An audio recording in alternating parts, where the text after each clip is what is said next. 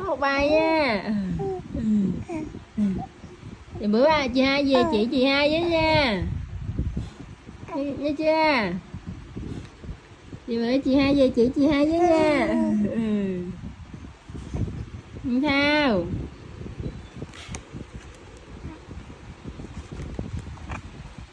Học gì? Gì đây? Bye bye. Không sao.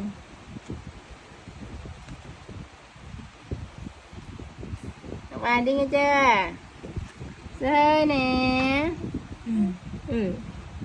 Rơi đâu? Rơi đó hả?